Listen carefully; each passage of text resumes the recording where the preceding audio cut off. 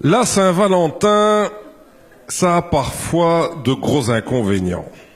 La semaine dernière, ma voisine Fernande est venue chez moi en me disant « Je viens de voir dans le journal qu'ils font une promotion de Saint-Valentin à l'Institut de beauté, une épilation payante plus une gratuite. Toutes mes amies veulent garder leurs poils jusqu'à la fin de l'hiver, mais moi j'ai envie d'éclaircir un peu. J'ai pris rendez-vous pour nous deux, comme ça tu prendras la séance payante et moi j'aurai la gratuite. Viens. » C'est mon gros défaut, je ne sais rien refuser à Fernande. 20 minutes plus tard, l'esthéticienne nous accueillait en nous demandant « Je commence par qui? Monsieur, parce qu'il a plus de poils ?» Ça m'a un peu vexé. Au nombre de poils, ce n'était pas sûr que c'était moi qui devais passer le premier. Mais je l'ai quand même suivi jusque dans une cabine en me disant « Elle rira moins quand elle devra sortir sa débroussailleuse pour l'épilation de Fernand. » Quand l'esthéticienne est revenue plus tard dans ma cabine, j'étais couché sur une table avec juste une serviette blanche plaquée sur la quincaillerie, un peu comme Tarzan qui serait mis un pagne de mariage. Elle a alors délimité la zone à épiler et j'ai trouvé qu'elle voyait grand.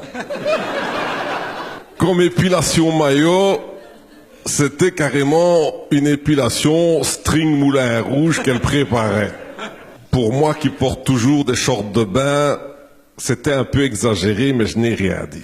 J'ai eu la puce à l'oreille quand l'esthéticienne m'a annoncé qu'elle allait m'épiler avec la cire des ruches de son mari qui était apiculteur, vu que ça lui revenait moins cher. Nous, les Wallons, on a tous le même sens de la débrouille pour faire des économies, mais quand même, je le sais maintenant, la cire de ruche pour l'épilation, ce n'est pas ça. Elle est plus chaude, surtout quand elle est versée directement avec un bol passé au micro-ondes pendant 12 minutes. Le jet avait à peine touché ma peau que j'ai poussé un cri à faire passer Tarzan pour Carla Bruni. C'est sans doute ce bruit-là qui a fait sortir Fernande en corset de sa cabine et qui lui a fait découvrir l'étendue des dégâts. En fait, chez nous les hommes, c'est inné. Quand on ressent une douleur dans les bijoux de famille, notre premier réflexe, c'est de nous protéger. Et pour me sauver, moi, la bête réaction que j'ai eue, c'est de me retourner sur la table de l'esthéticienne. Sauf qu'au contact de la table, la cire s'est figée et que j'étais immobilisé, le bas-ventre collé sur la table.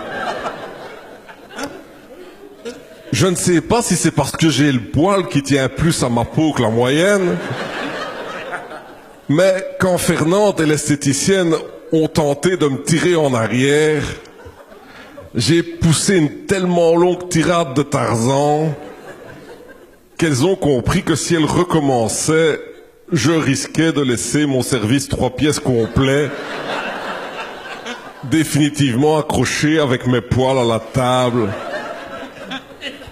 C'est Fernande qui, habituée au système D, a trouvé la solution. Elle a appelé son ami Alfred, qui est menuisier.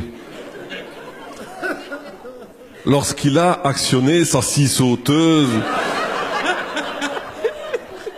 pour découper la table autour de mon ventre, j'ai récité toutes mes prières, même celles dont je ne me souvenais plus.